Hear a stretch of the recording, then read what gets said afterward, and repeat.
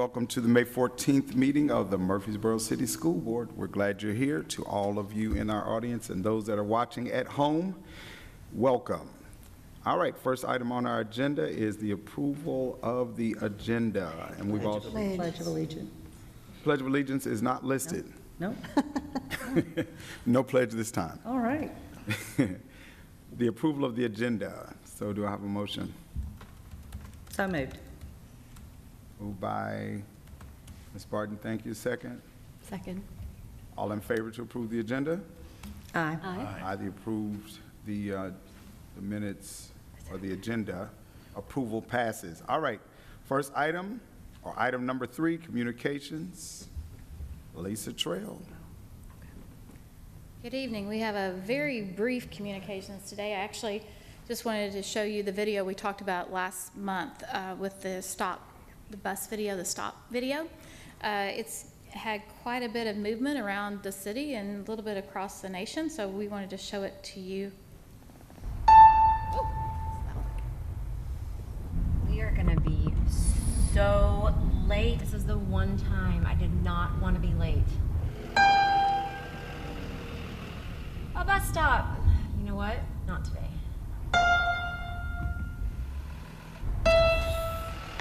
Mom, stop! Oh my gosh. Susan, you okay? Susan? Susan! Oh.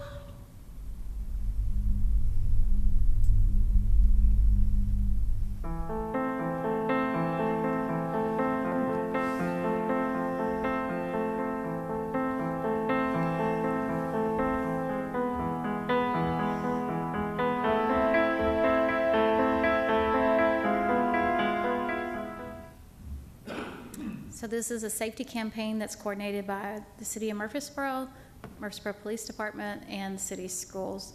The filming was done by some of our school students over at Overall Creek. This is one of a series of campaigns that's going to be focused on safety in the school zones. That's it. Good job. Thank you. Excellent work. I think I should turn it over to Gary now.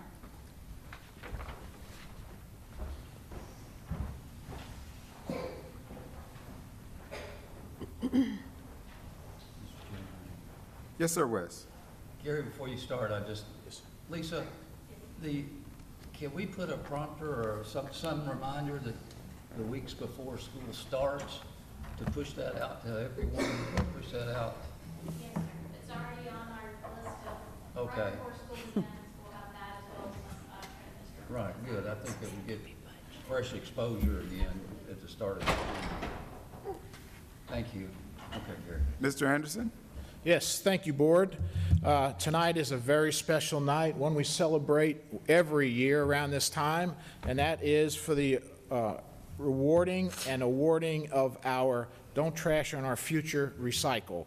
And this is our recycling championship. We run a contest every year, and this is the most coveted trophy in the whole district. It is a dumpster. And it's very special. It's labeled every year. This is the 5th year we've done this award. And so this year, we have a school that is back for the first time we've ever done this. They are a repeat winner. And so that's very special to us. We feel really excited to know that the school is taken so seriously to keep doing it. And this school, what's interesting about this one is when they come and do the evaluations, they look and see all these different aspects of it. And this one had no contamination in their dumpster, the recycling dumpster. They also had a new figure that we're utilizing, and that is how many students per yard of trash per week. Interesting little statistic. And so this school led with the most number of students per week that could fit into a dumpster. Not the kids, the trash. So with that, I would like to announce that our winner this year, once again, is Hobgood Elementary School.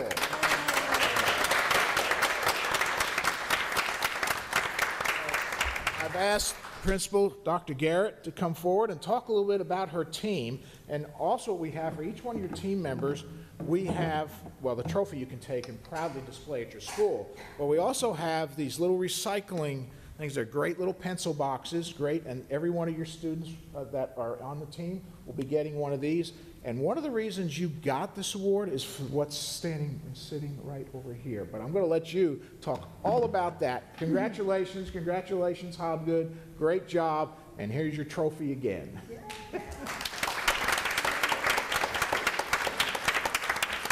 Thank you so much. I do want to say that with this award comes good leadership from my staff. I have two people in particular I'd like to recognize. Mr. Robert, he's our custodian, and also Miss Anderson. She took this and just went with it and taught the teachers. We also have students who have really taken on this role in their classroom. We even have a student who is designing a game that we hope to turn into an app to help students know in the classroom what is true trash and what should be recycled. And she's a third grade student, and she's here with you tonight as well. Miss Anderson, who, I think we know who it is. I was going to say, I think we figured it out. yes, and also Miss Anderson has a song. Miss Anderson every year creates a song, and if you will allow us, we'd like for you to hear that song. Absolutely. Please.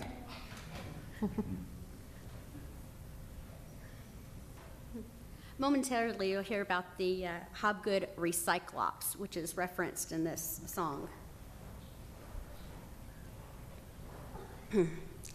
25% true trash is the goal. We don't want it to take a toll on this land that we do take pride, so we keep out recycling and put it aside. 3/4 should go to a recycle bin, then it goes to the plant to make it new again. Recycling expectations, yes, we know. We are dedicated astronauts from head to toe. Too much recycling before pickup day? Mr. Robert will find a way. Smash it, smash it, smash it in the bin. Hobgood Recyclops for the win. So,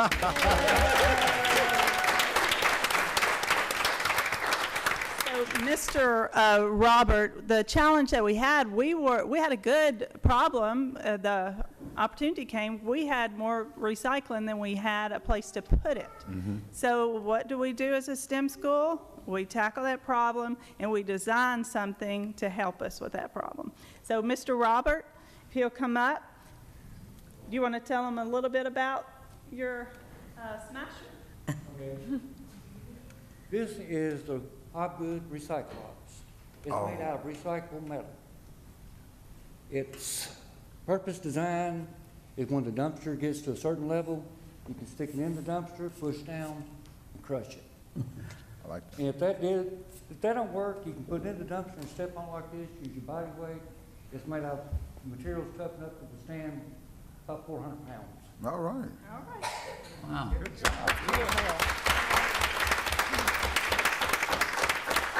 Now, with 820 students, we couldn't do it by ourselves. So we have some leaders at Hobgood, some Hobgood Rockets we'd like to recognize.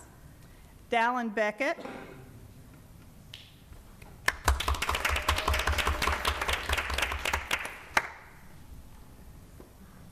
Judah Lawrence.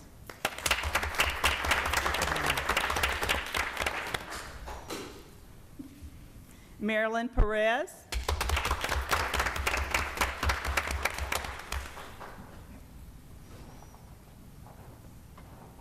Aiden Delcid.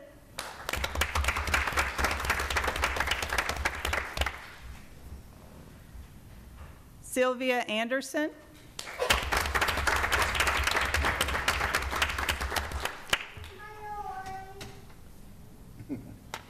PJ Rochelle.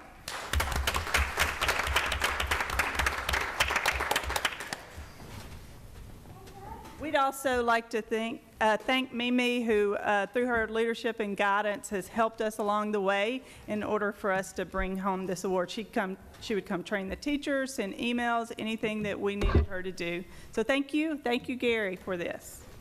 We will proudly display it.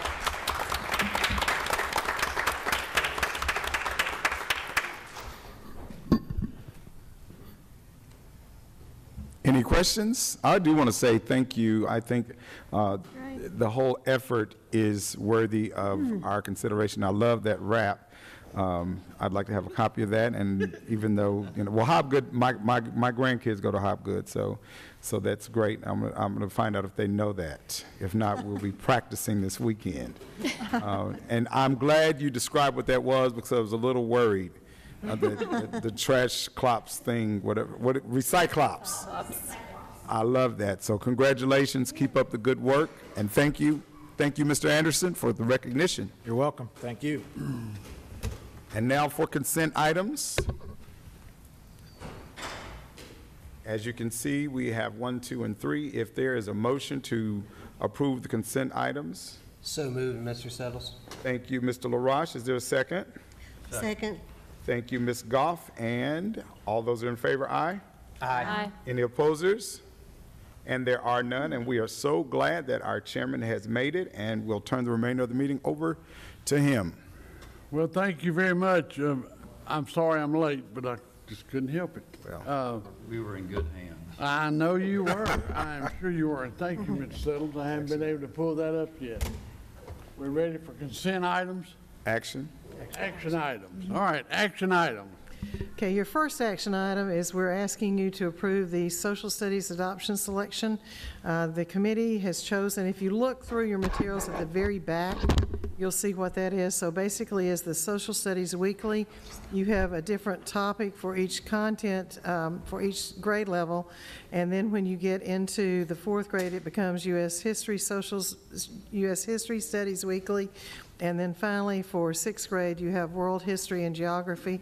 We do need to present this to the state to let them know that we have gone through the selection process.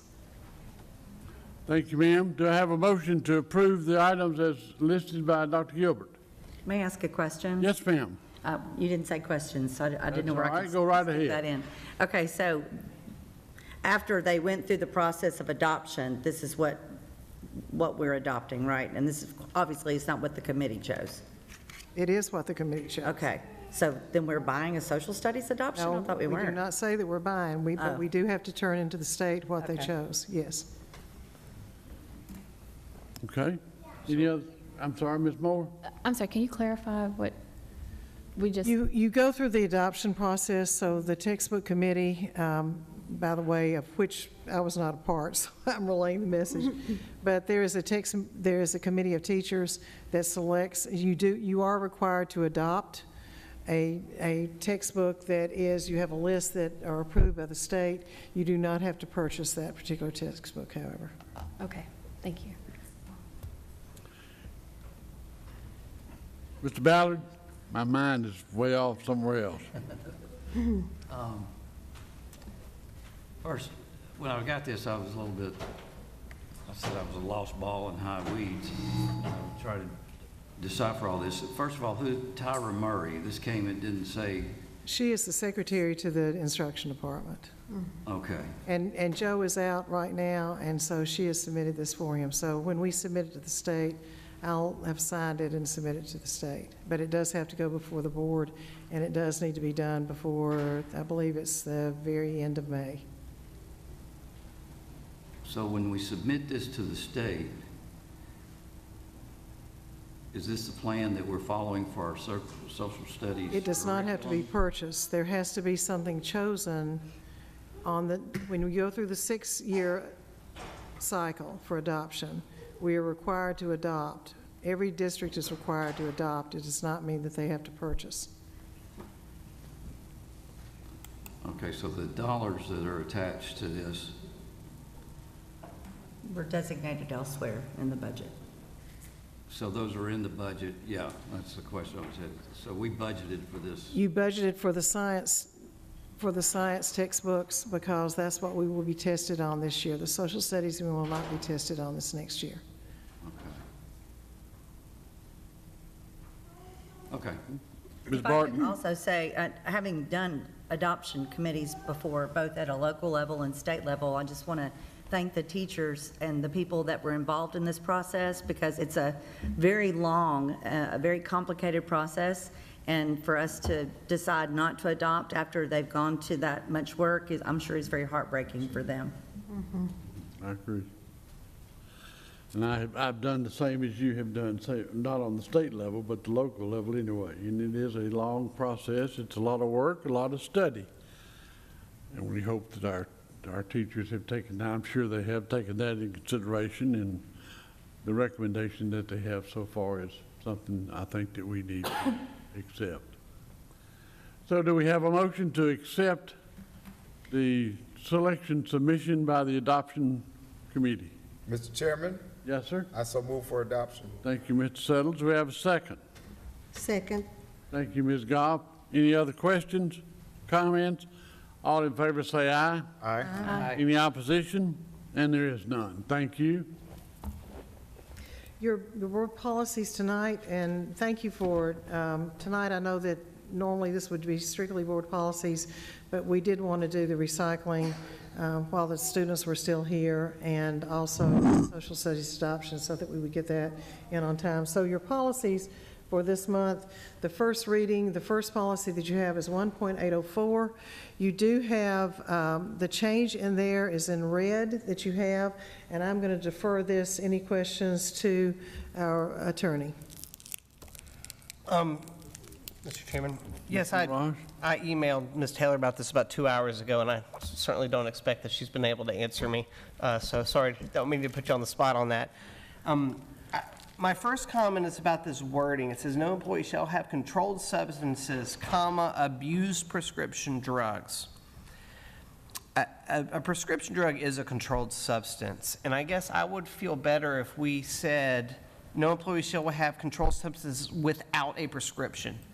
And as far as abused prescription drugs, I don't really know what that is.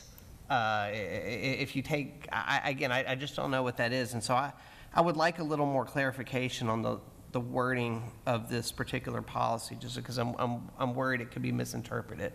Sure, and so that specific sentence was put in to cover employees who may do something at home and come to school inebriated or under the influence of something. But I do understand your comment about controlled substances, and my suggestion would be to put illegal in front of that, and so that would cover, somebody using a controlled substance without a permission, without a prescription, or obviously, illicit drugs that are controlled substances as well. And I think if we put illegal in front of the controlled substances, we might be able to remove abused prescription drugs and just do illegal controlled substances. So obviously if you're taking someone else's prescription or something that's not prescribed to you by a physician, then That would be illegal. exactly. Would it also be illegal, to follow up on that, if a person had the prescription for the drug but was not taking it as prescribed? Because I thought that's what that was there for. You That's can have a good question, yeah. Norco, And I think maybe that would be the Yeah. abused Yeah, prescription drugs, Right. if you're supposed to take one, but you take 5. right. So we probably need to keep that language. That's something I'll get with Ralph about, to maybe keep abused prescription drugs. Maybe we need to define it a little bit more or flesh that out a little bit more. But I think definitely putting illegal in front of controlled substances gets to your point, Mr. LaRoche, about I think that addresses that comment. The second comment I want to make, which has nothing to do with this policy is written, but this is an issue that I think is going to become a problem not only for us, but for lots of employees who are subjected to drug-free workplace laws, and that's CBD cannabidiol, which is a derivative of the cannabis plant, which is legal under federal law as long as the cannabis plant has less than 0.03% THC. It's also legal under Tennessee law. MTSU is doing studies on it. You can buy it in lots of places now, and I think by the end of the year, you're going to be seeing CBD products in Walgreens nationwide.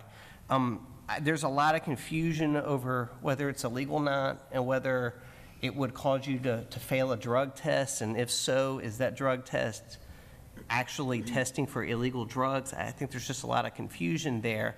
And a lot of the confusion, I think, can be addressed at the local level. And so I'm looking at this policy and thinking that we should do our employees a solid and specifically allowed them to take, without a prescription, CBD products as long as they are legal under both state and federal law. And that would remove the confusion for our employees as to whether or not they can try CBD for whatever their ailment is without worrying about, well, I'm a teacher, I don't want to lose my job over this. I'm of the opinion, and I think the law is wearing this, is holding this out, that CBD is legal. I think the confusion about it is not, it's a result of local agencies. I think we are a local agency that can take a stand on this and specifically state that our employees should be able to use CBD without risk of losing their jobs. And so I would want to propose that we add a specific allowance for CBD products in this policy. Mr. Ballard, I'm sorry, David, Nick. Okay, thank you, David. I guess I'm not as worried about that as what we're looking for is intoxication, mind-altering results, and something that's going to alter their performance. As long as, and we're not testing for that. So if they're taking it and they're not, it doesn't change their performance, then. Well, so CBD is not a mind-altering substance, but a legal CBD product can have THC in it as long as it's less than 0.3%. A lot of these drug tests are saying if there's any CBD, they fail the drug test. And my point is that there is legal ways to consume CBD, consume industrial hemp products that would probably trigger that THC positive result, which is not an illegal use of a substance. And I would like to put in our policy that if the teacher can prove that what they were taking was a lawful industrial hemp product, legal under state and federal law, that they would not be fired just for that. But unless there's some behavior modification that causes for them to be tested, they're not tested. Well, but if maybe there is some behavior modification and the only thing that they test positive for is a minute amount of THC, I don't want them to get fired for that if they were taking a lawful CBD product. Mr. Chairman, if I may. Yes, ma'am. I think part of the problem that comes in when people are tested for illegal substances is if there's a positive hit, it doesn't say that this is tested positive for THC because of hemp or marijuana. And I think it's a problem for consumers of CBD oil because they can buy something thinking that it's legal, but if they're getting a bad product, then it might cause more THC to be in it than what is legal. So, I mean, especially with CBD oil entering into commerce so readily, they can order, online or, cross state lines and get things that might be legal in another state but illegal here. So I think, when you get into testing, that's the problem, is that it's going to say positive for THC or negative, but not necessarily where it's derived from. As far as Murfreesboro City Schools is concerned, I believe that this only comes into play as far as the transportation drivers, the CDL licenses, and those drivers are under the Department of Transportation regulations, which are the federal regulations. And under federal law, there's no exemption for a failed drug test based on CBD. It's either pass or fail. If you fail because of THC in the drug test, there's no exemption for the CBD oil. Our employees aren't randomly tested or reasonably suspicion tested, as far as I know, based on my conversations with HR. So this would come into play with the transportation drivers. And of course, we have to follow the Department of Transportation guidelines in that regard. And that's why I asked you, because that would be my concern if we added this policy, that we would be in violation of some federal rule and maybe we'd lose funding on it. So we don't drug test anybody except transportation workers, even if we think an employee is high on the job. I think the only exception to that might be workers' comp. If they have an injury on the job, are they drug tested then, Ralph? But which in that case, I mean, that may or may not be a transportation person. But again, it still gets down to if we get a negative result, we're not going to get any reason why whether it's hemp or marijuana. So it's hard to, discern based on a failed test whether it's, because someone could say, well, I failed my test, let me go to the corner store and buy some CBD oil and say, this is what I was taking, this is why I failed. Well, I would like your employee to have a policy safeguard in that, because I don't want our employees to think that they can't take the over-the-counter nutraceuticals that everybody else can take because of some inconsistency or some unknown area of our policy. I think we should say if it's legal to be taken, they should not get fired for it. I'm not sure why we couldn't add that to our policy. Mr. Settles? I guess my concern along those same lines have to do with just what you said, being able to differentiate, because you've already addressed adding illegal controlled substance. So that, in my thinking, would cover the CBD oils because it's legal. But the testing issue. So then the question I have is, do we have a policy that covers testing, drug testing? Is that a policy, or is that part of it's in a policy? Or is it just part of our operating procedures? Because if that's the case, I would want to look at the drug testing policy separate from the drug-free workplace policy. That's where that fine hair will be split. And if that is the case, is there a test that's going to be discriminatory enough to distinguish between levels? And if that is possible, then I would say it would be covered by administering that test for those drug testing incidents where we have to do it. If we have a policy, I think that's where it would be more suited rather than in this policy, because if you insert the word illegal controlled substances, then that covers the CBD oils. But as you say, if it comes up in testing, that's another thing. So if we have a policy on testing, I think that's one that we need to look at, because I would think that that's where it would go in. The other question I have is the wording of it. Line number 5, line 4 and 5, I don't know if I'm reading it wrong, and I'll just start. Any other, and this is on line 4, any other mind-altering or intoxication substances present in their system while at the workplace, so I'm guessing that may be a typo, at the workplace or on duty. So that typo in line number 5 needs to be stricken, I think. And the wording starting in line 3, which is the new, or the change, no employee shall have controlled substances, abused prescription drugs. So I'm confused as to whether we're saying the employee can't have abused when you say abused prescription drugs, are we talking about they can't have any drugs that anybody has ever abused? In other words, I have a prescription for Oxycontin when I had to go to the dentist, and it's a known abused drug. So, or are we saying the individual person cannot have abused drugs? That can't be something that they've done. The individual person. Okay. Like, to Roseanne's point, like, if you're prescribed one, but you're taking say, 7. well, I've taken 10 because my pain was really bad today, then, that's a problem. Okay. In line 3, it says, as defined in federal law. How does federal law define? What a controlled substance is. Yes. There's a whole list of all of those. Okay, Yeah. all right. In addition to what's already listed, in other words, alcohol or any narcotic drug, hallucinogenic drug, amphetamine, barbiturate, marijuana, or any other controlled substance as defined in, okay.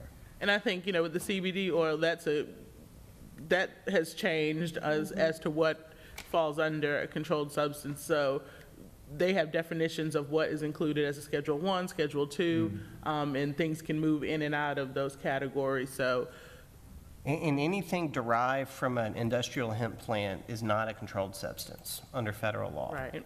Now, the FDA wants to say, they have an internal opinion that CBD, since somebody has applied for prescription, if somebody's doing clinical trials on CBD, the FDA has taken upon themselves to say, well, we want to say it's a controlled substance, but it's not on their controlled substance list, the chemical itself. And the Farm Bill is directly in conflict with that, because the Farm Bill clearly says that any product derived from industrial hemp is non-scheduled. And so federal law itself is confusing about CBD right now.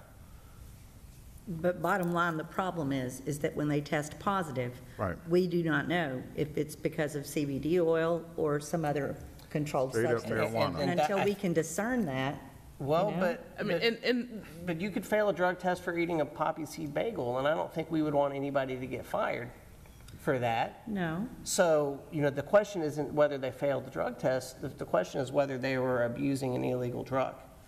And so I don't think we're treating our employees fairly if we're gonna set these black lines based on a drug test, which may or may not be accurate as to whether or not they were taking illegal drugs. And that's why I would like to have a safe harbor in our policies. Maybe it's in the drug testing policy and not in the drug-free workplace policy, but I think it would be good for our employees to have that safe harbor, that defense, if they do fail a drug test, and they can say, hey, I was taking CBD. Mr. Chairman?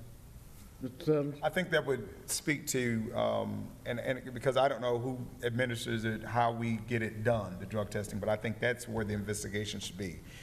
Whatever company we're using to do the drug testing, if we find out how they test, what it looks like, is there a way to discriminate between, I had a good weekend with my buddies, or I use this CBD oil because my joints, I made another joke. Different joke. because I'm aching in my back. You did turn 50. I did make 50, So you're gonna have- I did have a good night last night. But, so, if we know the test that we're using, I guess that would kind of be in Ralph's wheelhouse. Could we say somewhere this exempts the CBD oil, or? I mean, that's what I'm asking. But see, I would think, I'm sorry, I'm speaking out of turn. We're having an open discussion. Oh, okay, yeah, we're like at the central office, okay. Yeah, So I would think would be kind of like, if I'm gonna do CBD, and I'm a teacher, I'm putting myself in that position. If this is what I'm going to do, knowing that there's a possibility that there's a misread on this, I'm gonna go to my principal and say, hey, listen, my back aches a lot, so I went down to Uncle Sandy's and I got this CBD oil and I rub it on my back 3 times a week. So I just want you to know that it's perfectly legal. I don't know if we can't require that, but I'm just saying for myself, if I ever thought there was going to be a chance that it would come up, that's the precaution that I would take.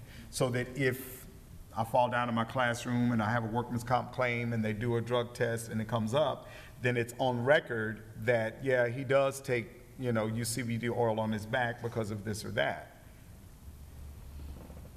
Mr. Ringstaff, you have some comments for us? Some Yes, sir. words of wisdom? I don't know about that, but Oh, okay. You have some comments. we currently drug test CDL drivers only. That's all, those are the only employees who are subjected to drug testing. We drug test upon hire. We contract with a local medical facility. They go down there when they're hired, pass a drug test, and we do random drug tests.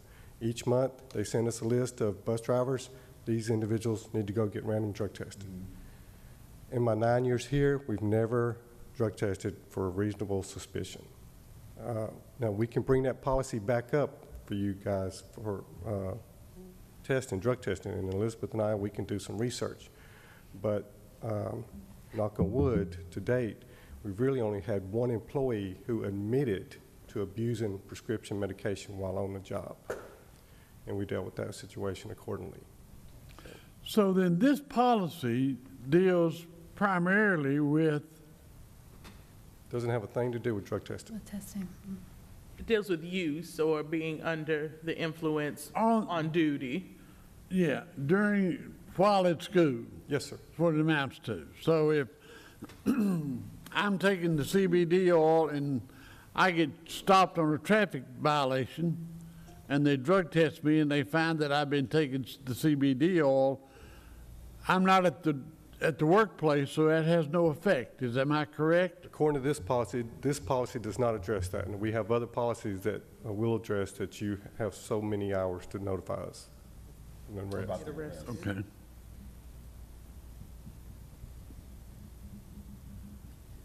Would it be illegal for us to put a safe harbor in there? I guess that's what my question is. Is there a reason we should not do that? To say specifically that our teachers are allowed to take legal CBD oil? Teachers aren't drug tested. But that's not the question. The question, they might be. This policy says they might be. What would they fail? If they fell, like physically fell down at school. Not fail. Yeah. If they fail, oh, okay. They So do, then if there's a workman's A workman comp. comp claim, they may get tested. Do we have for-cause testing? Yeah. No, Well, reasonable Well, workers- suspicion drug testing. it's in our board policy, but Yeah. we've never reasonably done drug testing for that. So if somebody falls in their classroom and they file a workman's comp claim, is a drug test standard through our carrier? I will have to check on that. Okay, because that would be my concern. In the That's past- where that would come into play. Yeah. If somebody had a workman's comp claim Yes. that, I was in my classroom and I fell, because they would want to know, was it because the purpose of insurance companies is not to pay out money. So what they want to do is find every reason not to pay it, which would mean if you fall in your classroom, do a drug test, find out you're on drugs, we're not paying because it was a result of illegal activity. So that would be interesting to know. Yes.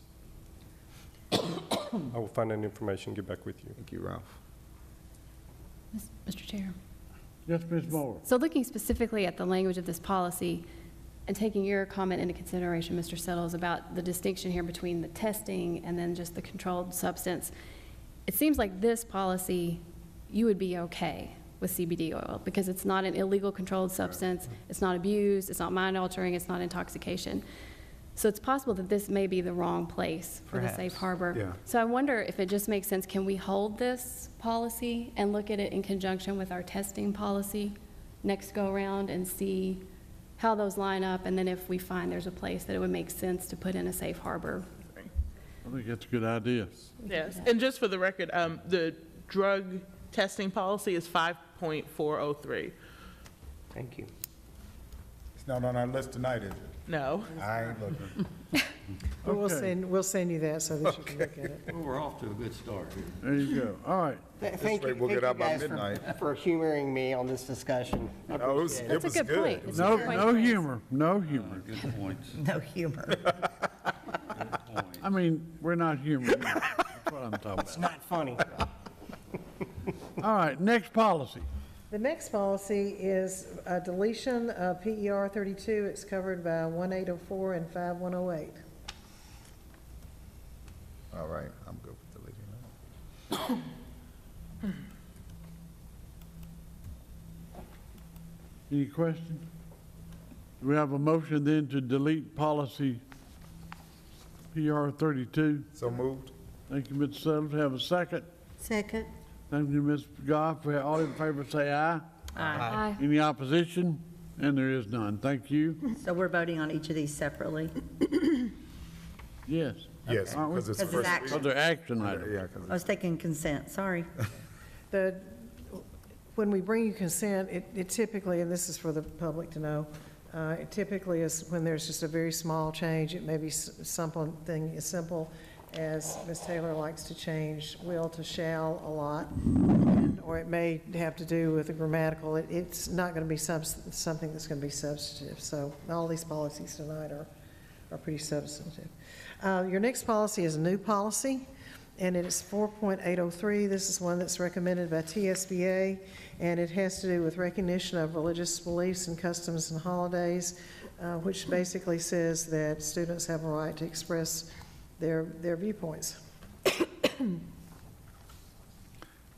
Ms. Moore? I have a question. I was reading through, so does the language all come from TSBA, or did we make some changes to it? I believe this one is straight out of TSBA. Yes, it's TSBA drafts the policies for us, and this particular policy is pulled a lot out of the code under the Religious Viewpoints Anti-Discrimination Act, so a lot of that is just put into the policy out of what's in the Tennessee Code. Yeah, that's why I asked, because I was curious. 1.3 sort of threw me a little bit. I was a little surprised by it, so I was wanting to find it in the code, just so I knew that it wasn't our discretion or anything. And then I didn't see it in the code. It looked like it was from a really old case that wasn't even in our jurisdiction. So I wasn't sure of its source. And so it's kind of a related point. When I was looking, I noticed that the footnote numbers are kind of, like there are 2 footnote 2s, and they're sort of out of order. So I just had a hard time finding what the source was of that one piece. Okay, so what part of the policy are you referring to now? It is line 18, it's number 3, about observance of religious holidays. Okay. Which was the one that was talking about music, art, literature, and drama having religious themes or basis are permitted as part of the curriculum for school-sponsored activities and programs if presented in a prudent and objective manner and as a traditional part of the cultural and religious heritage of the particular holiday. I was just a little surprised by that. So I was looking for the source of it. And the closest I could come, I couldn't find it in the code, just with a cursory look, and it seemed to be from these old cases. And we'll go back and check the footnotes, because I see what you're talking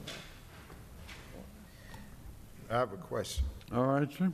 From my reading, this seems to make it all right or okay for religious plays. Am I getting it right? Am I reading it correctly? For religious Plays. Yeah, like an Easter play. Christmas pageant. Yeah, Christmas pageant, Easter pageant. Am I misreading it, or am I reading into it? Because I could be. Music, art, literature, and drama having religious themes or bases are permitted as part of the curriculum for school-sponsored activities. That says, to me, Easter pageant. And I may be the only one that's reading that. No, I read it that way also, because I actually had a question. What if you have a student that is a Satan worshiper? Or Jewish or Muslim. I mean, Yeah, or they bring in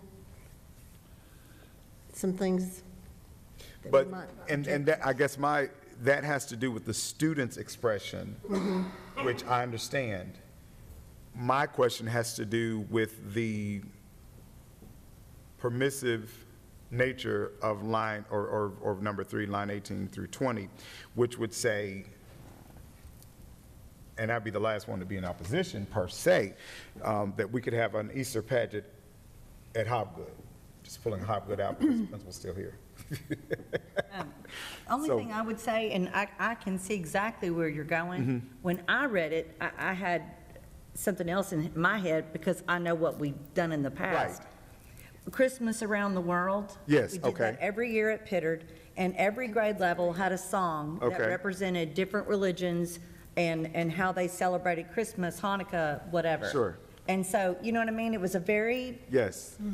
Cultural any thing. Very inclusive. music they could come up Included with cultures. from another country, we sang. Got you. Not we, each grade level sang. So, see, I thought of that, and I'm thinking, well, that should be okay. But now I see what you're saying. It really doesn't specify, maybe, that Right. that would be. Well, I think it's that prudent and objective manner, what you're Yeah. talking about, completely prudent and objective. Yeah. So it's just that Right. little bit of.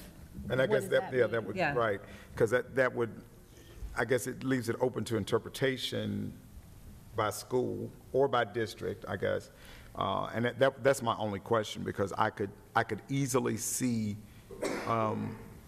parents of Jewish parents that had kids, if the school decided, well, we're going to have an Easter pageant, because I'm Jewish, and then I have to, if it's made a part of the curriculum, or as it says, because it says drama. So that just says play to me, that we're going to have a play of some kind. The Christmas Around the World is very easily seen as being prudent and objective because we're including everybody, but everybody doesn't celebrate, the resurrection of our Lord. So that might be a little bit, I guess, not prudent. So maybe I've answered my own question. Never mind. And have we ever had a play that anybody complained about that was too religious? No, but these policies, I don't know, I can't answer that, but I did, but these policies would be in place if we do. Yeah. That's the reason I It'd think. make it okay if we did. Mm-hmm. You know, the thing that we used to have the most whatever about was Halloween.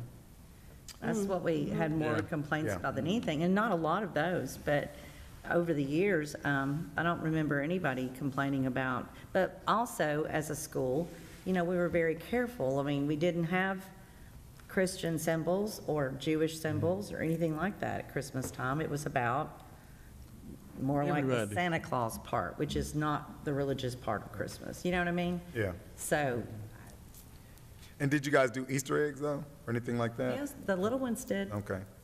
And that probably didn't present much of a problem, because that's easily separated from the I Christian. don't know, I don't. I think the key is what you said. I think the teaching of traditions, I think looking at the scope and sequence, looking at the standards, you're going to have, part of that is teaching of the various cultures. And so when you think about what are part of cultures, then you're going to have traditions Yes. that are part of cultures. I think the key is that we are sure that it's part of that standard, and that we're sure that we're not selecting a particular culture if we're looking at what the standard says, and it says that we're addressing more than one culture. So I think the difficulty is when you get into proselytizing, or you get into something like that, rather than teaching about a culture, because there is no way, if you're teaching a culture or you're teaching history, that you're not going to teach some of the things that are specific to, I mean, religion drives wars. Yes. And so if you're going to be studying about wars, you're going to be studying about religion. I think the key is how you do that, so that you are not teaching a religion, but you are teaching about a religion in the context of the culture. And I think and that's very true, and I kind of got a picture of an Easter egg in my head, but in our area, it would be more likely than not that the pushback we would get would be when at John Ptr, around the time of Ramadan, there's a teaching on it, and they teach what it is, because I've actually, not necessarily here, but I've heard that become very controversial at some schools, because the kids go home and say, oh, they taught us about Ramadan, and the parents get on the phone and say, you're trying to turn my kids into Muslims, and you're saying, no, we're just teaching the culture, and it's going to become unfair and imbalanced when you can only teach about, like you say, one aspect of culture, and you can't teach about the other. And as we all know, Murfreesboro is growing, and we're becoming more and more diverse. So you're going to have all of these different things. And I don't know how we haven't had more teaching on whatever, because I don't know what people from Laos celebrate, but some of those things. But I could see very easily that Ramadan would be one of the things that, is a culture thing, Right. but could become kind of controversial even over Easter eggs. Right, and we've actually had, I can't remember that while I've been here this time, but I know previously when I was with instruction, we did have some challenges. And so the key there is two things. First, a very open communication with the principal about what is going to happen. And if you remember, when we plan, that's a real benefit for having a principal in that planning, and to have collaborative planning as we have had, because usually you're not going to have as much a teacher who is doing something by herself as you would have had 20 years ago. So I think a key is that open communication, and then having principals aware that we have to be very cognizant of, to make sure that if we are using it as part of the curriculum, and curriculum is anything, it's not a textbook, it's whatever's taught. So when it references here as part of curriculum, that's the way I look at that, to make sure that we are within the standards of that grade level that's being taught if we are going to be specific about something like that, because I think we have to be cognizant of people being very passionate, and rightfully so, about their beliefs.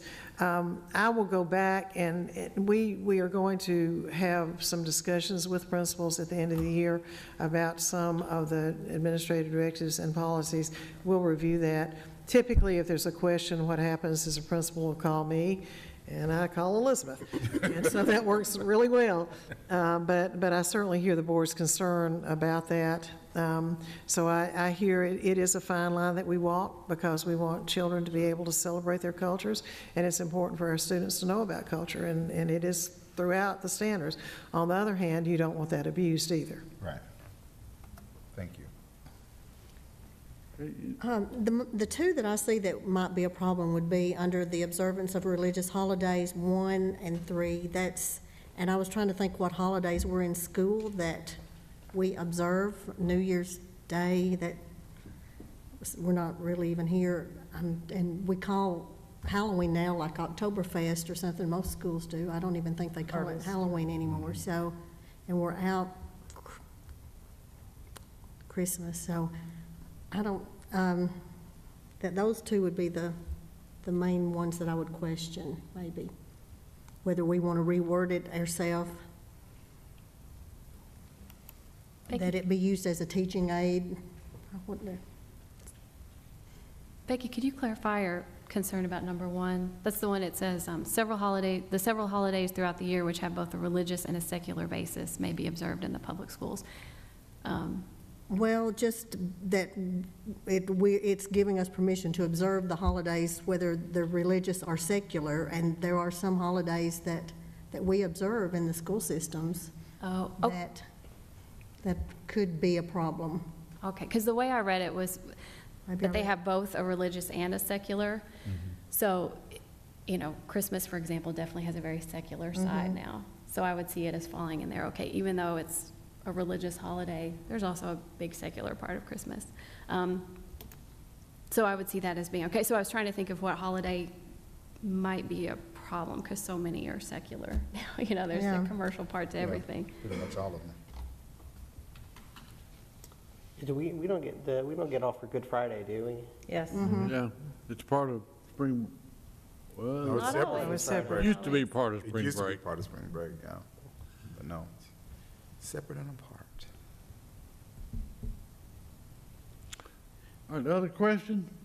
Yes, ma'am. Oh, I was just going to say to that point, and there's case law in Tennessee in this regard, when they talk about the religious and secular, that means that, you know, you can have a Christmas tree up in the classroom or in the school, or Rudolph or Santa Claus. Those are the secular aspects of Christmas, although Christmas was traditionally a Christian holiday. As Ms. Moore said, you know, so many holidays have moved past the religious meanings, and they're secular symbols now. So like Valentine's Day, you know, you have hearts, and which, you know, you could say, oh, well, it's St. Valentine, but nobody thinks about that when they think about Valentine's Day. They think of chocolate and flowers and, you know, hearts, and not the saint that the holiday was named for. So that's what that point means, is that as long as there's a religious and secular aspect to it, we can observe it, but in observing it, of course, we're not observing the religious aspect, we're observing the secular. Okay. Other question? Do we have a motion to approve policy 4.803, recognition of religious beliefs, customs, and holidays? So moved. Thank you, Ms. Barton. We have a second. Second. Thank you, Mr. Ballard. All in favor say aye. Aye. Any opposition? And there is none. Thank you. Okay, your next policy has to do with physical examinations and immunizations. And if there are any questions about this, I'm deferring to Elizabeth. How do we determine whether it's a true religious exemption versus a philosophical, I read it on Facebook, I don't believe in vaccinations exemption? We don't. I mean, there's really no way to determine that. You gotta bring your preacher in. So if you ask for an exemption, you're going to get it. Most That's how I'm reading that. Yeah, and typically, and I've looked at the health forms that come out from the Department of Health, and there's a spot there where they have to indicate that the child is not vaccinated because of a religious belief. So they go through their doctor and they present that form to the school. Of course, the doctor isn't any more likely to question their religious beliefs than we are. So we take the doctor's word at it, and we don't have to get into that. I mean, the doctor taking the patient's word, the parent's word. Because you don't have to have a documentation from a doctor, because it may be against your religion to go to the doctor. Yeah, that. Well, I know a lot of pediatricians don't take new patients who don't vaccinate, but not all. Good for them. All right, Mr. Ballard? So how will we deal, I mean, of course, the measles is now we see the outbreak of that because of the lack of immunizations. So, and I understand in some states, they are now going to say, you must do this. So how will we deal with someone that says, my child is not going to be immunized for measles? Just say, you're not going to school here? I don't think that we can exclude that. Are you saying based on a religious objection, or they just have some other objection? So in Facebook objection. So it's going to cause ADHD. So under the law, it can either be a religious exemption for vaccinations, or because the child's health prohibits them from being able to cope with certain vaccinations. Those are the two exemptions that are in our law. Is that state law? Yes. So other than that, if the parent just says, I don't want to vaccinate my kid, it's not religious, I just, think that vaccinations cause autism, and so I don't want to do it, then under our state law, that's not an exemption. I think more, I'm sorry. Oh, no, and so they wouldn't, in that case, they would have to be having immunizations to go to one of our schools. I think the question would be, we have on line 17, in the absence of an epidemic or immediate threat thereof. So I'm sure that there are guidelines as far as the community is concerned, which is why other communities have decided to do that, because they've had enough cases outbreak in their general area. So I would guess that somebody would say to us that we are at the point now, maybe not epidemic proportions, but where there is a threat. Yes. And then at that point, it seems as if we could say that they could not come without an MMR, or a measles, whatever, not MMR, but. And also, under the law, if a student is suspected of having a communicable disease, they can be excluded too. So if we have patient 0, then we can say, you can't come to school until your measles, you recover. I don't know how long that takes, but. Well. Mr. Ballard? Last comment is, I think this is going to be dynamic. I think we're going to see some changes in this as we go forward, because we're not going to ever have another measles outbreak. You can see there's going to be people that are going to make sure that never happens again. And so if it's going to trickle down into the verbiage, I think, or into how we'll deal with that. But this is for now, and I have no problem with it. It seems like it might be out of our hands if it's state law. Yes, that's why I was asking the question, because I wanted to put it in here that they had to have them. And maybe it's state law. And maybe if other states if that becomes the trend, then maybe our General Assembly will do the same, but as it stands now. Other problems. Yeah, they do. All right, do we have a motion to approve policy 6.402? So moved, Mr. Chairman. Thank you, Mr. Royce. Have a second? Second. Thank you, Mr. Ballard. All in favor say aye. Aye. Any opposition? And there is none. Thank you. Your next policy is 6.403, speaking of communicable diseases. Good timing. This replaces STU 31, and it's essentially the same policy, I think.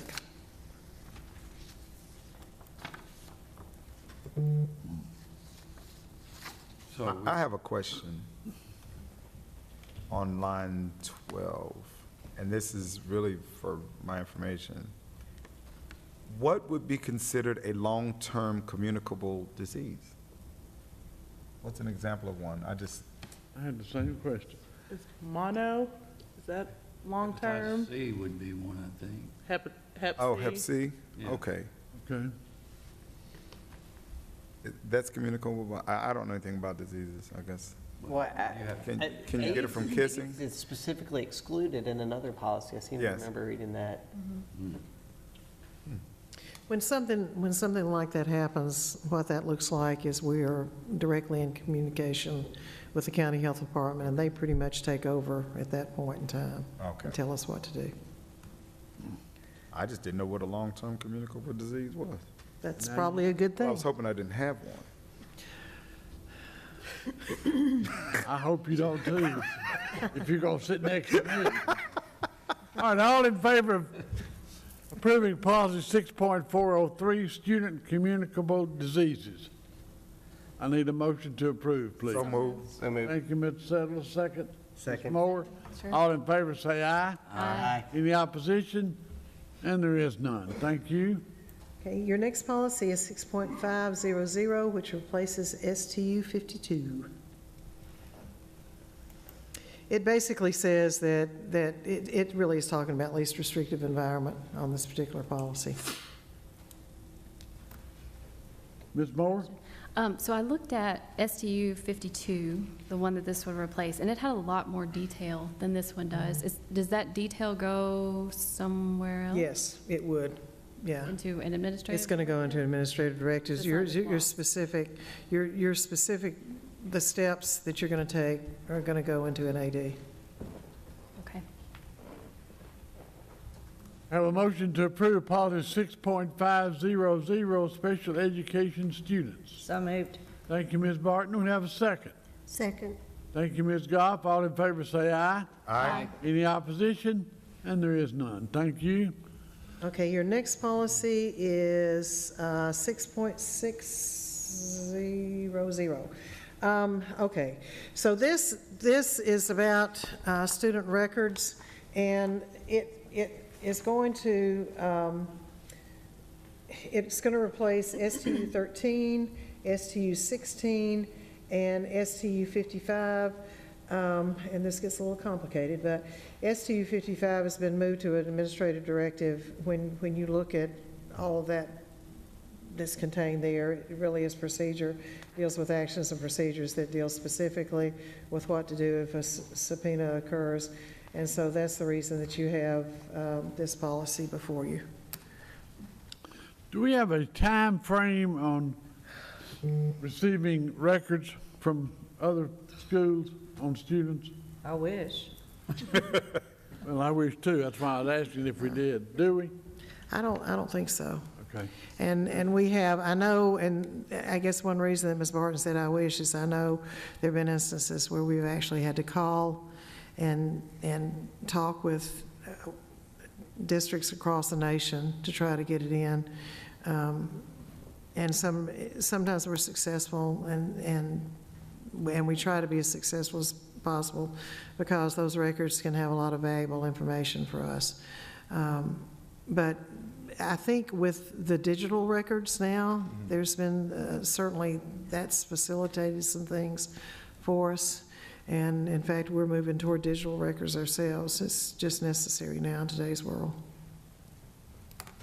Mr. Settle? I have a question on line 2, and it's just an informational question pretty much. Why are the occupations of the parents listed in the student record? That's in state law. And there's no reason, I mean, does state law have a reason? The reason, I don't know. I would just found guess that for interesting. safety purposes, just because when something happens to a child and none of the numbers work, but at least we find out that dad works at blah, blah, or mom works at blah, blah. Also, not just occupation, but maybe where they work. Yeah. Oh, because it says occupation, I can just put doctor. It says occupation, but I mean, all it says on there is place of Where do they, employment. place of employment, okay, Yeah, that that's makes a more sense, question. yeah. Because I wondered, what difference does it make if they're a doctor or a ditch digger? You know, because it says occupation, it doesn't necessarily say place of work. Place of work. So that's, I get that part, if you're talking about a place of employment. I read that, and I just kind of, in my mind, thought place of work when it Okay. said occupation. Okay. But, line 93, eligible student, that doesn't much refer to us, does it? No. Unless we have a really old sixth grader. But no, an eligible student is students who have reached the age of majority, and then they have the right over their education records. And that's 18? Were you still in sixth grade? Yeah, pretty much. I just got out. Any other questions? Ms. Moore? Just kind of a what's going on question. The highlighted parts, are those, usually that signifies an addition or something. I wasn't sure if that was taken from one of these. It's probably taken from one of those policies. Linda Gilbert highlighted that, and that was, and she doesn't remember why, so. All right. But I think it probably is to differentiate what's been What was shifted and Blended remains, yes. together. Okay. I have a question back on my original. In the record, does it say place of employment or does it say occupation on that record? It says. I would say it probably says place of employment because they get that information from the registration packet. Then I'd like to see this change from occupation to place of employment. It just makes more sense to me. Can you do that? Under the state requirement, it says Occupation. occupation, so maybe we need to update our document to occupation Maybe and we need to or call the place state and tell of them. employment. If it has to say occupation because of state requirements, yes, I can understand that. But if on the student record it says place of employment, then we're either missing it one way or the other. So one of them needs to change. I'm picking nits. The footnote gives Department of Education. So I guess that's where it came from. The attendance manual. Yeah. All right, do we have a motion to approve policy 6.600, student records? So moved. Thank you, Ms. Moore. Have a second? Second. Thank you, Ms. Goff. All in favor say aye. Aye. Any opposition? And there is none. Thank you. And then the rest of this is really just, is there for your information, so it's not, wait. I got one more. Where? Oh, wait. 6.602. Oh, I tried. Okay, 6.602. Okay, 6.602, this is student records inspection and correction procedures. This has to do with details on amending a record, including hearing procedures, and those have been moved to AD STU 38. So all the detailed stuff is now in the AD that you have, I think, before you. Are administrative directives, are they, I know they're not on our website, are they anywhere that employees can see if they want them? Yes, and we're in the process of going through those. I have a question. What is our procedure, line 19? Our procedure to review and correct an education record. Okay. What do we do to? If you look, that should be in the AD. Let me see. Well, Elizabeth, why am I thinking it was in the AD?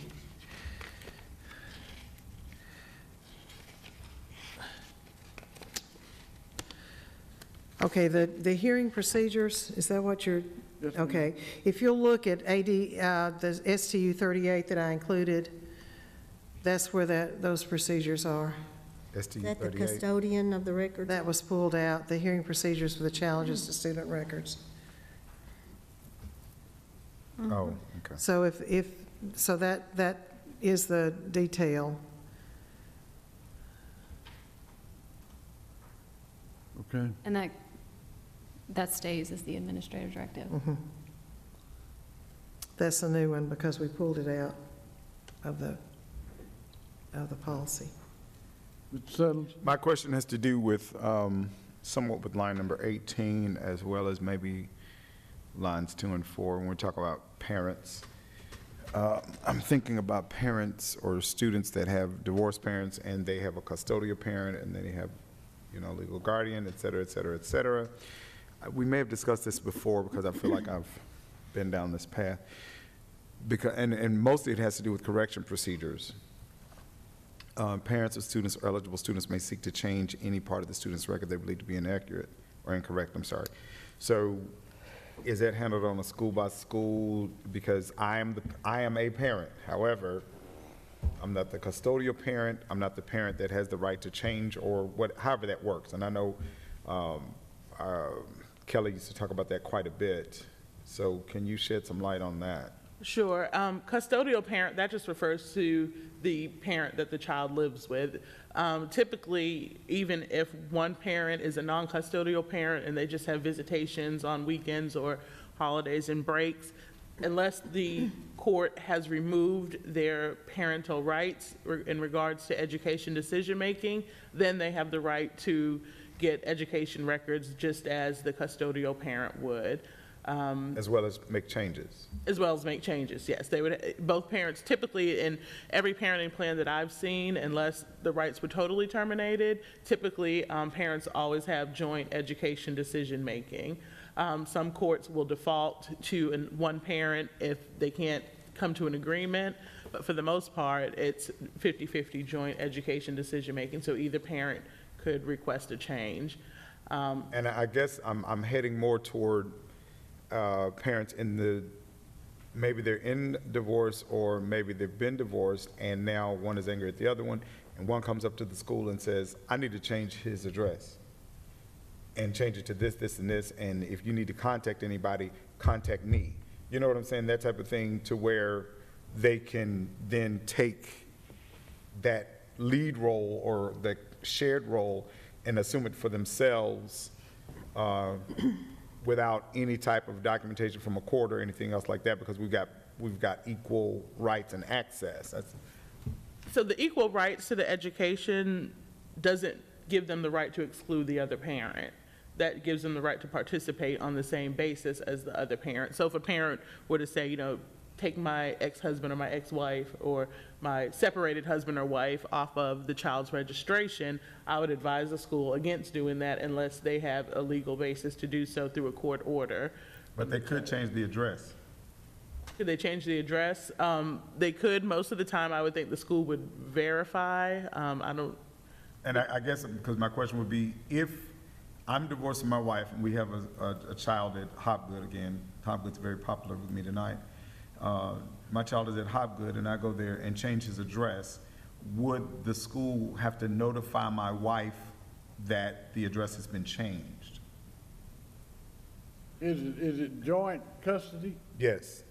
Well, you would just change your address, right? No, I'm changing the kid's address. Because I'm trying to establish, I'm weaseling my way into getting all of his records and any information that comes that would normally go to the mother, that gets mailed out, et cetera, et cetera, et cetera, is just gonna come to me. Email addresses, whatever. I'm just thinking really. I would think if it was a joint custody situation, the school would have to notify. That's my question. Wouldn't they? Yeah, I mean, I don't think that there's anything that says definitively yes or no. In practice, if they're familiar with the parent and they're not aware that there's these issues going on, then it's very likely that that might happen. But I mean, again, the school can only work with what they know. Yeah. So, I mean. And that's why I'm kind of And I mean, and I think that's for the parents to flesh out in front of the juvenile court judge or the chancery court judge when they're going through their proceedings and say that this person did this. And of course, if it's a record, the school will have it, but of course, the other parent won't find out until later. But we're not obligated to let the other parent know that the address has been changed. No, unless they have some reason to believe that the person trying to make the change doesn't have a legal basis to do so. I don't know. If all the school knows is that mom and dad have been together, they still see mom dropping the kid off, they still see dad dropping the kid off, and there's no reason for the school to know that what the other parent is doing is fraudulent. Yeah. I mean, I don't. It would just be a bridge too far. I get it. Yeah, I mean, trying to play devil's advocate on the other side. I mean, and that's a good question, but again, there's just really no way for the school to verify unless they do have custody papers or something like that. But they would never, a school would, I can't imagine a school, even if you said your email address might be the one they should use, they're going to send it to both email addresses because more than likely, it happens all the time, some of those come back. So we send it to every possible place we can send it to. A phone number, again, we're going to have phone numbers for both parties. A physical address is really not going to help anybody that much. We mail so little to parents. That wouldn't come into play as much. I don't think so. I mean, more about their busing and that kind of thing, maybe if they were in zone, but I don't know. I think that for the most part, I would have called the other parent. That would be my main concern. It's not a requirement that we call the other parent, but maybe as a courtesy, it would happen, just out of a best practices type deal. I would hope so. I would as well. I would hope, wouldn't you? Well, the thing that we have parent portal, and I would always say, you can look on there at any time.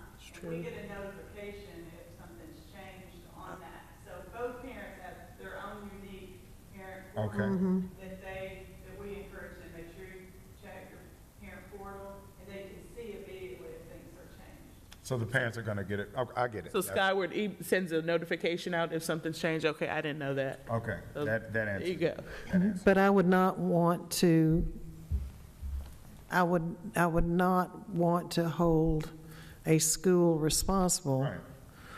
if they did not do that, because I think that, as someone said, if you're used to seeing those parents together every single day, there's no reason to suspect that anything would be changed. So I think there is the impetus on the parents to let the school know if there has been a change.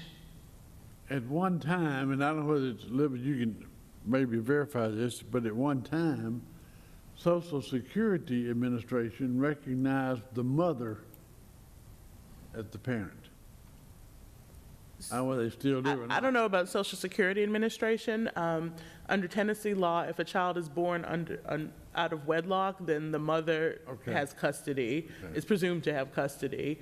But other than that, I'm not aware. And I think the mother having custody, there's a long line of, old court cases and laws that, back that up when, the mother was a caregiver under any circumstances, and there was a hard presumption for fathers to overcome that, but. An unwed father has to get a court order to establish parentage. That's standard procedure. Even if they're listed on the birth certificate, it doesn't really mean anything until a judge says that you're the father, and there's usually a child support obligation that goes along with that. All right, I have a motion to approve policy 6.602, student records inspection and correction procedure. So moved. Thank you, Ms. Barton. We have a second. Second. Thank you, Mr. LaRoche. All in favor say aye. Aye. Any opposition? And there is none. Thank you.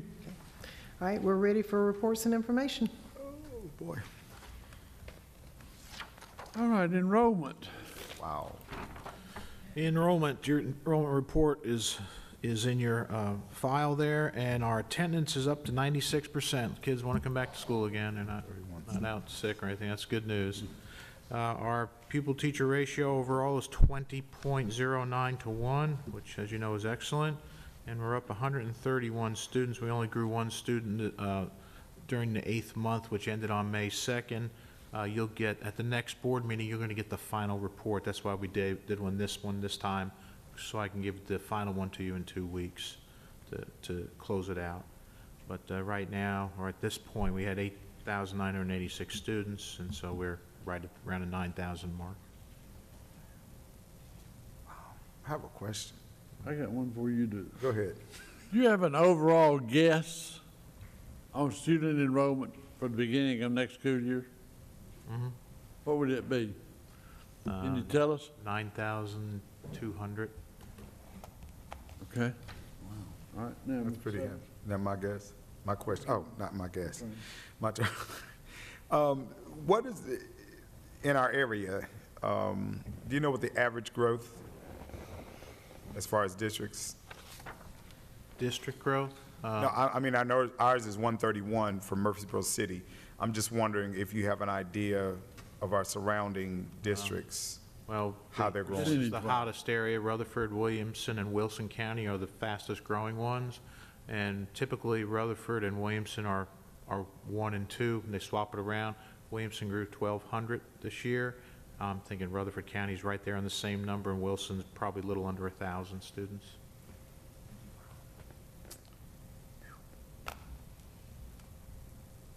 Uh, 9,208 is my number. 9,280. 9,208. Are we taking wages on Would you say that? 9,280? 9,208. We can have a pool if you want. I'm willing to bet the lawyer would much get is upset. money. You might as well forget that deal. The game of skill, not luck. I gave it the office. All right, any other business coming before the board? Ms. Spartan? Yes, in our talks about budget, we talked so much about STEM. So I wanted to be sure I fully understood about what we needed to do to be successful with that, okay? So I went to, I think, the link you gave us for the Tennessee STEM, what's it called? Collaborative. Initiative, Okay. strategic plan. Okay. It talks about gold standard professional development, provide and support consistent funding for high-quality STEM professional development. And I have so many questions about what that's going to look like. I know we decreased our funding for professional development in regular instruction by 58%. We're down to, what, $11,000, if I'm not mistaken. So that's of concern. Then I have to think about knowing, unfortunately, what I know as having been a principal, how much time we're allowed to ask teachers for outside of school and as far as their breaks are concerned. We're only supposed to ask teachers to work 3 hours outside of a regular school day in a month's time. 2 staff meetings, which can be an hour and a half each. That's very little training time, okay? As far as their breaks are concerned, they're supposed to have 2.5 hours of duty-free planning, which means that we're not supposed to take up every day of their planning with training, okay? So there we come back to, I feel like there's a whole lot of training that needs to be done with teachers. We've got great coaches, but I've talked to some of the coaches about this too, and they really want teachers to hear this kind of stuff firsthand, rather than it be given to them from the coaches. And there's so much more they need. There are a lot of people that are trying it, but there are just as many people that still feel like they don't know what to do, really. And they're not opposed to it, but they just feel like it's been kind of thrown at them. And the reason why I felt like I need to bring it up tonight, obviously, we've still got budget up in the air, so we don't know what's going to happen with that. But there are a lot of plans that would need to be made. I mean, if we want teachers to really be trained, and we want to say that every child in our system is going to have this kind of an opportunity, then we have to be sure that every teacher in our system gets the right kind of training. And that's in the initiative. I mean, I'm not just pulling that out of somewhere. That's in the strategic plan, okay? And if the only way I see for us to do that is to somehow have trainings where teachers are paid to come. And I know nobody wants to hear that. I get it. But if it's voluntary, then we can't say we're going to every classroom and every student, because all teachers don't come to voluntary trainings. You're exactly right. And fortunately, the good part is that today, for example, and tomorrow, there's the Tennessee STEM Initiative, which is meeting in Nashville. Murfreesboro City is playing a huge role in that because we really are setting the standard for that. So when you look at the STEM standards, actually, we have one of our people that's on the development of that. So we're very aware of what those standards are, which is a real blessing in our district. When you look at what we're planning for the beginning of the year, although I haven't talked with Mr. Marlin, I made it very clear that that's going to be our initiative. So when you look at those days at the beginning of the year, you already have your coaches that are working in the schools right now. We've laid out 5 days during the year. The reason for that is when you look at those days, you'll see that they are occurring at just about at the 9-week break. So I think that professional development today is going to look very different than what it looked even 5 years ago, because a lot of it is going to be embedded. But I think the good part is that no longer is it about training for a textbook, but it's really about training on the standards. And as I said, I think that we're blessed when you look at what we're doing. We're training in Nashville today. We'll be training at MTSU, and we'll have some of our folks that'll go there, but we're delivering the training there. And so that I think is a big difference. You're exactly right. The teachers are going to take a lot of the training. I don't know that it's going to be a lot more than what we've seen in the past, but the good part is that we do have folks that can do that training. So what you'll see is not outside people coming in, but rather our coaches and our folks that are here that are setting the standard for the state with the training. When we have states that are coming to look at us, and when we have at least 25 or 26 school districts coming to look at what we're doing here, and when the state comes to look at us to see what we're doing, then it is more of an internal than it is bringing somebody in.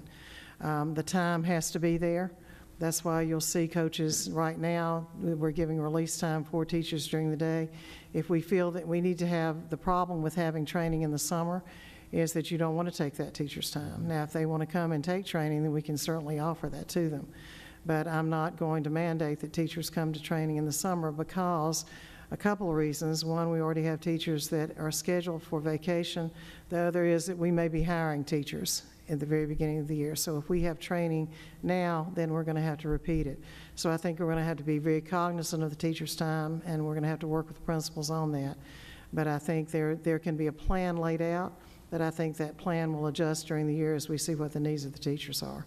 But you're right, 2.5 hours is what is required, and we've been very clear that what you'll find is the teachers, especially in the schools that are working towards STEM and they're working together and planning together, are taking more time themselves, but that is not required and should not be required of the teachers. No, I get that, but there are other things that are being planned for their break times that are outside of STEM that are taking up that time as well. There should not be any time taken during the teacher's day that is required, except for the 2.5 hours a week. The 2.5 hours a week is what they're supposed to get, right? Excuse me, except, that's Duty-free right. planning, That's okay? exactly right. So then we're going back to, that means. That's right. You're 45 exactly right. What you'll find is we give beyond the 2.5 hours a week, I believe it's an additional 45 minutes plus 30 minutes. That time can be taken, but the 2.5 hours a week, you're exactly right. The 2.5 hours a week has to be their time. They can do what they want to do with that. If they want to plan together, I'm certainly not going to stop them. I'm not going to mandate that they can't plan together if they want to plan together.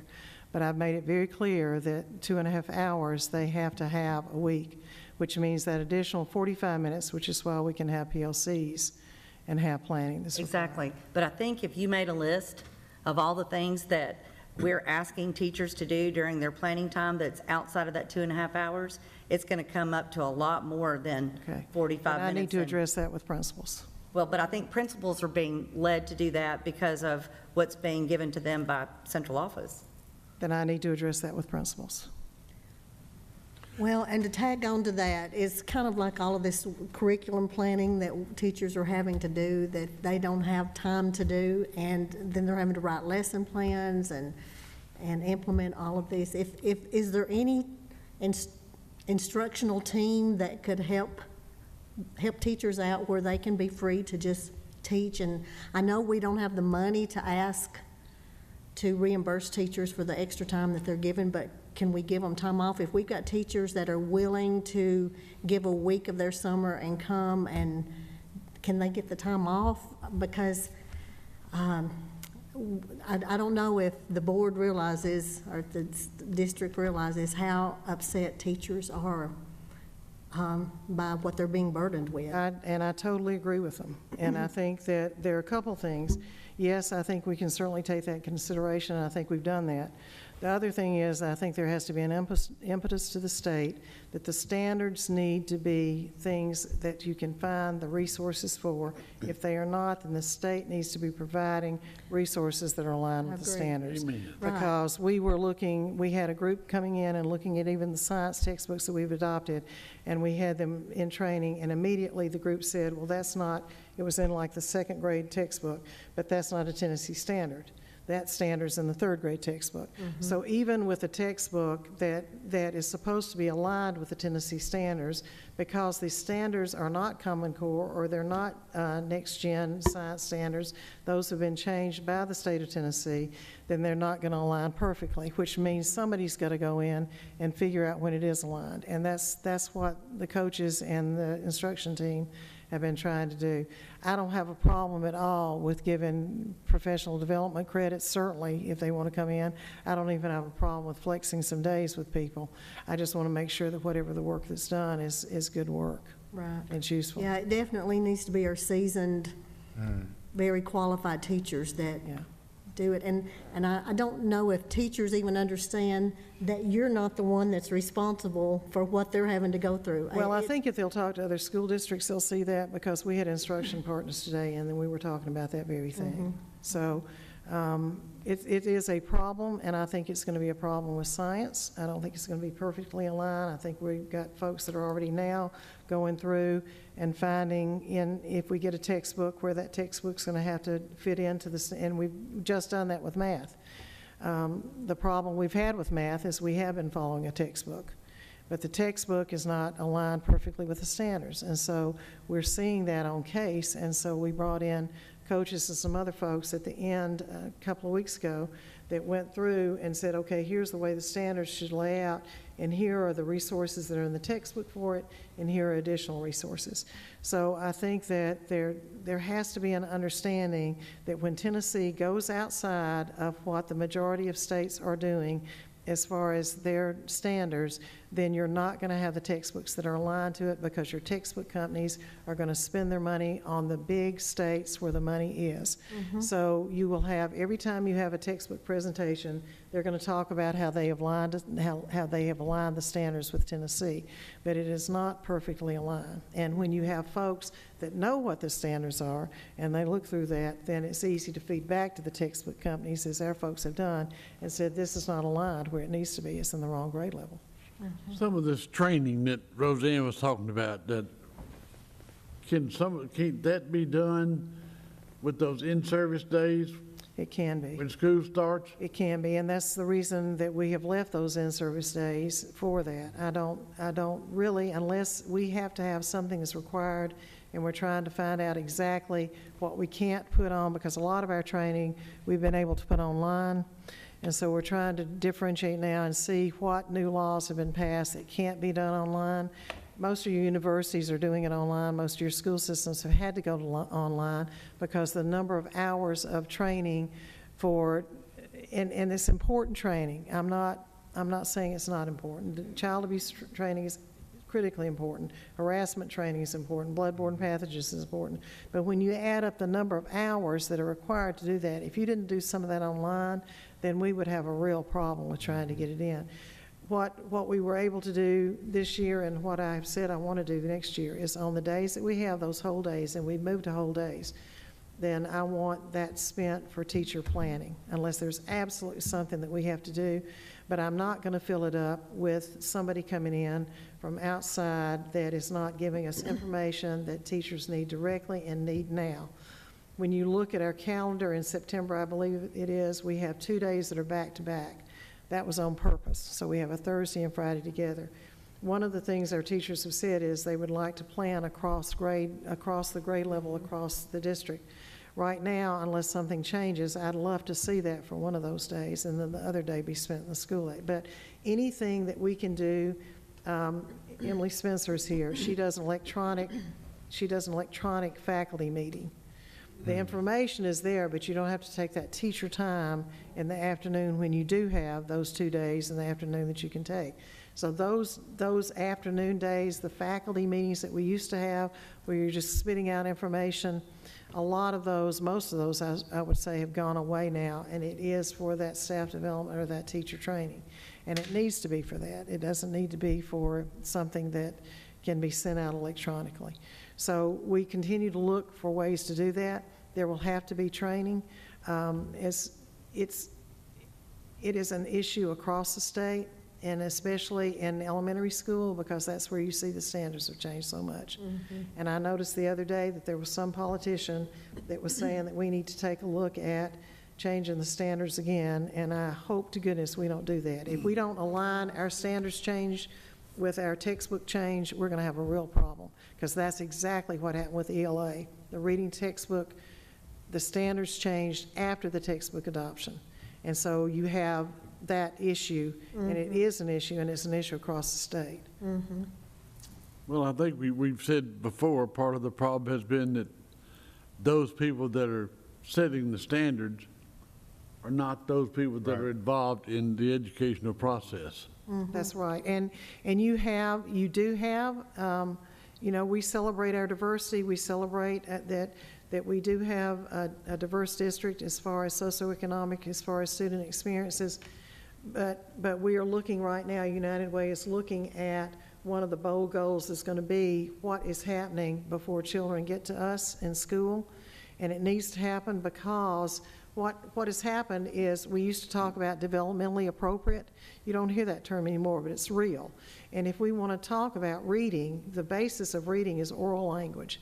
And today, when we have so much of this happening, not just with our children, but with our families, that word not being spoken, if our children don't have that background knowledge before they hit kindergarten, then it's really hard to get it, because the rigor is so tough right now for kindergarten that it's unbelievable. The other thing that I'm hearing from superintendents is I'm hearing that the third grade, when we're measuring the 10 ready, our 10 ready, when we say the cut score is there and we're saying that the cut score should be here, when you look at the nationally normed tests, Tennessee's cut score for where we have to have for mastery is going to be way different than those nationally normed tests. Your nationally normed tests, like an Ames Webb or some of our other tests, you're going to have where you might have a school district that's showing 30%. Their nationally normed test is going to show that same student is going to be at 60, at 70. So you're hearing some pushback now from superintendents. So the accountability has become such that that I'm concerned about our students being able to solve problems. I'm concerned about our students being able to think, because so much of now that we see that are in the standards is more regurgitation as far as the measurement of it. And it doesn't take you very long if you're looking at some of the questions and the way they're asked to figure out that really we're not measuring what the students know and can do. We're measuring whether the students can figure out what in the thunder the test is asking. Yeah. And so we've even gone to the point of talking with principals about the students, when they're presented with a question, having the students get together and figure out what the question's asking, because it's a guess in many cases. So it's extremely frustrating, and it's extremely frustrating when you know that accountability is there, this punitive accountability that really is, I don't think, measuring so much what a teacher is or what the student is actually learning as whether that teacher is jumping through hoops. And so at some point, I hope Tennessee decides to look at what they're asking of teachers and understand why we're having and facing, I think, a major issue with the teacher shortage. And I fully understand it. Mr. Ballard? Yeah, just to throw in here on, I took Dr. Gilbert's recommendation to sit with the teachers on a planning meeting. So I did that at Discovery with Karen Cook was the coach for that. And I'll tell you, I've done a lot of problem solving and I've done a lot of brainstorming in my career.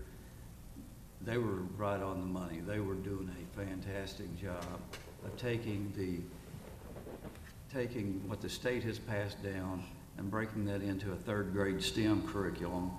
And I was impressed with what the product that they were producing through just brainstorming and working together and coming together to make a, chicken salad out of chicken poop. So, and they were doing a pretty good job with it, a very good job. So Our teachers are amazing. Yeah. So, I know that we're talking about the planning. The problem with that is, as impressed as I was, and all the teachers involved in it and the coaches, we had the same understanding that no matter how good a job they did with this, it's not matching 10 ready. Right. So we're educating our students and bringing them up to a higher level in the STEM curriculum. But at the end of the day, 10 ready's asking totally different for a different outcome. So I don't know how we're ever going to reconcile that. And because I am a believer in test scores. I believe when 10 ready comes out, I'm going to look at it and say, well, here's how we're doing. That's right. And it is a balancing act. The deal is now with 10 ready, if it's asking what it needs to be asking, that rigor should be there. And so that planning should be the answer for those scores. Well, what I saw was representative of what's going on across the district, our schools. I'm impressed. So I would say carry on. Ms. Barton? I would too. Oh, I thought you had a question. No, I do. I do too, when they have an adequate amount of time to do that, okay? Two things. with the planning times I mentioned earlier. I would ask, I think anybody would ask, if anything that was going to be done during a teacher's planning time were to go through you, and you had to say, yes, that is important enough. There are trainings, safety trainings, we all know that they have to do. We have no choice, right? But I think there are other things that are taking teachers' planning times that are not something that have to be done, okay? And I just think that if you made everybody at central office say to you, this is something I'd like for teachers to get through their planning time, and just see how much happens. Now, first month's not a good month to look at. There are too many other things we have to get done.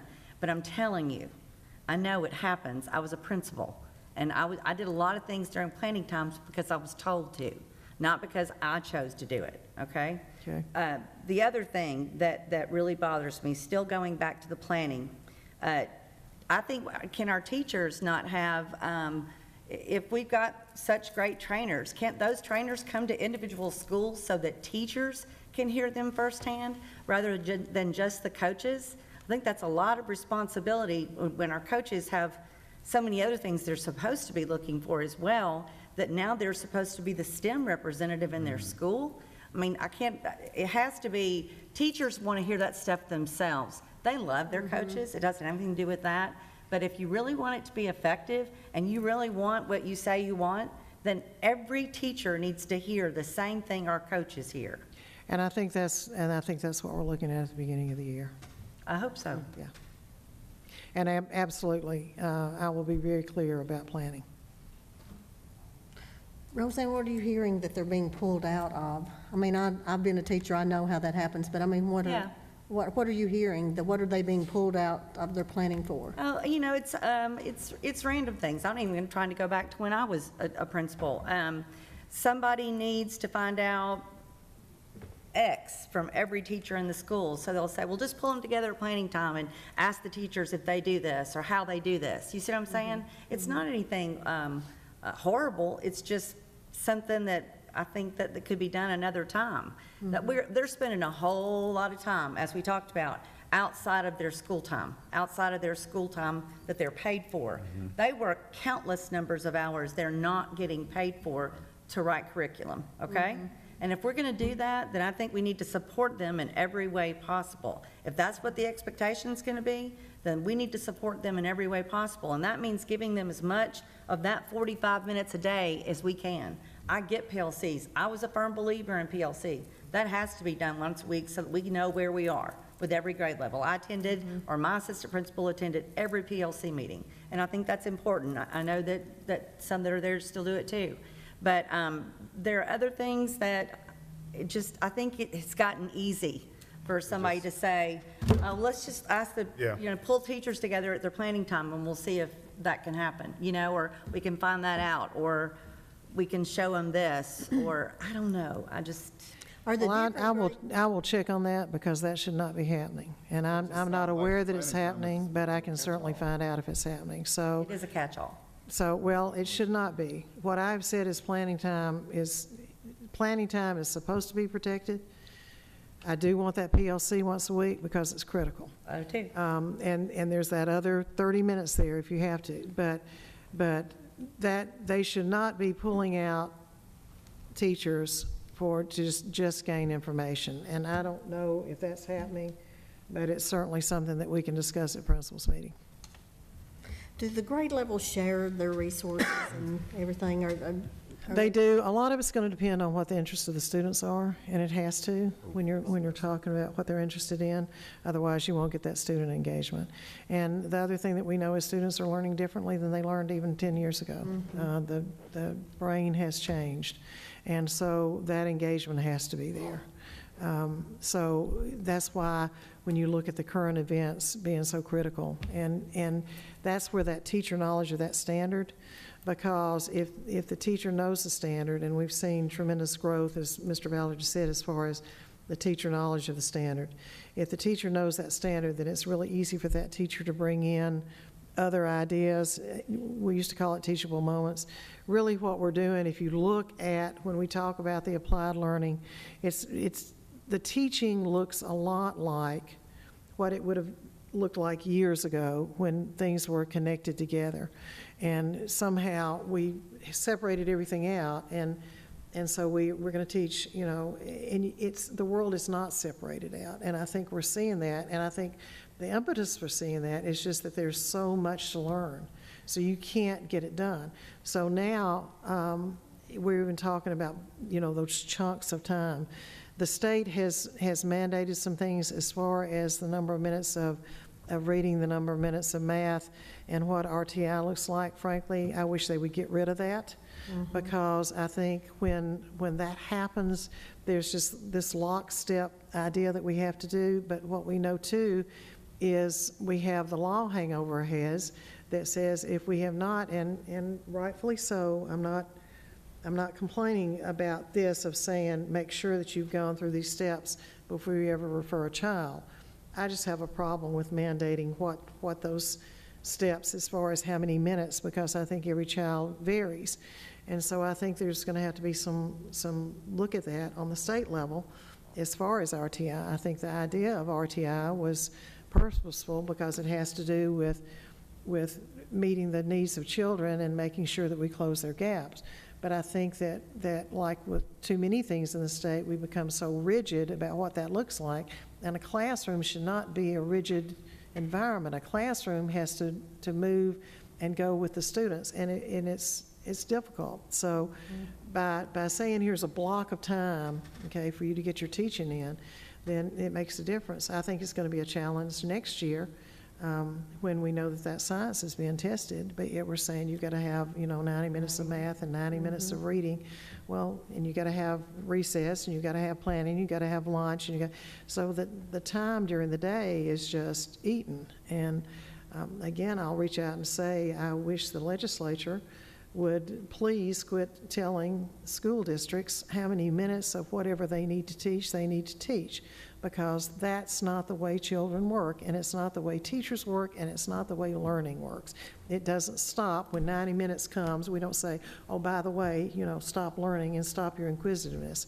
And so I just, I think there's, we've tried to box everything so much that we've created, the term that comes to mind is prison, but I don't want to use that term, but it almost, the rigidity is too much. But yes, I will follow up with principals to make sure that planning time is for productive planning, because we have technology that should take care of some other things. All right, anything else come before the board? Real quickly, Mr. Ballard? One item. For the City School Foundation, we have 2 fundraisers each year, and that's for the gala and the school Back to School Dash. The Back to School Dash will be September the 14th. That's a Saturday. And I would like to challenge the members of the board to participate as a team in the 5K. So that means we've got 4 months to get ready. Are electric scooters allowed? Bicycles? Yeah, we'll work out something, won't we, Lisa? And it's a great fundraiser, it's a great fun day, and they work hard to put it together, and it gives me a challenge. So think about it and, you know, hit the treadmill and be ready to. Oh, mercy. Don't train on a treadmill. That's a bad idea. The treadmill. Anyway, the challenge is this year. So I'll follow up and see who's interested in joining. Ralphie. I like the idea. I'm in. All right, anything else come before the board tonight? If not, do I have a motion to adjourn? So move. Do I have a second? Second. Second. Thank you and good evening. Thank you.